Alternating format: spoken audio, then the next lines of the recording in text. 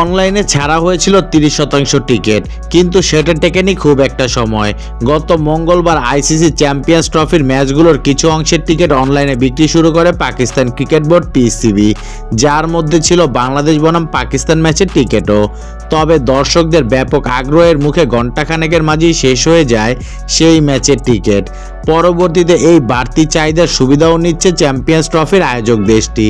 বাংলাদেশ বনাম পাকিস্তানের সেই ম্যাচের বাকি 70% টিকিটের দাম 10% বাড়ানো হয়েছে বলে জানিয়েছে পাকিস্তানি গণমাধ্যম জিও নিউজ।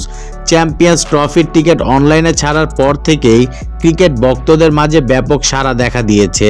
সব মিলিয়ে 3 ম্যাচের টিকিট এরই মাঝে অনলাইনে পুরোপুরি বিক্রি হয়ে গিয়েছে বলে জানান পাকিস্তান ক্রিকেট বোর্ডের এক মুখপাত্র।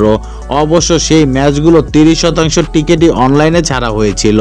বাকি 70% টিকিট বিক্রি শুরু হয়েছে আজ থেকে।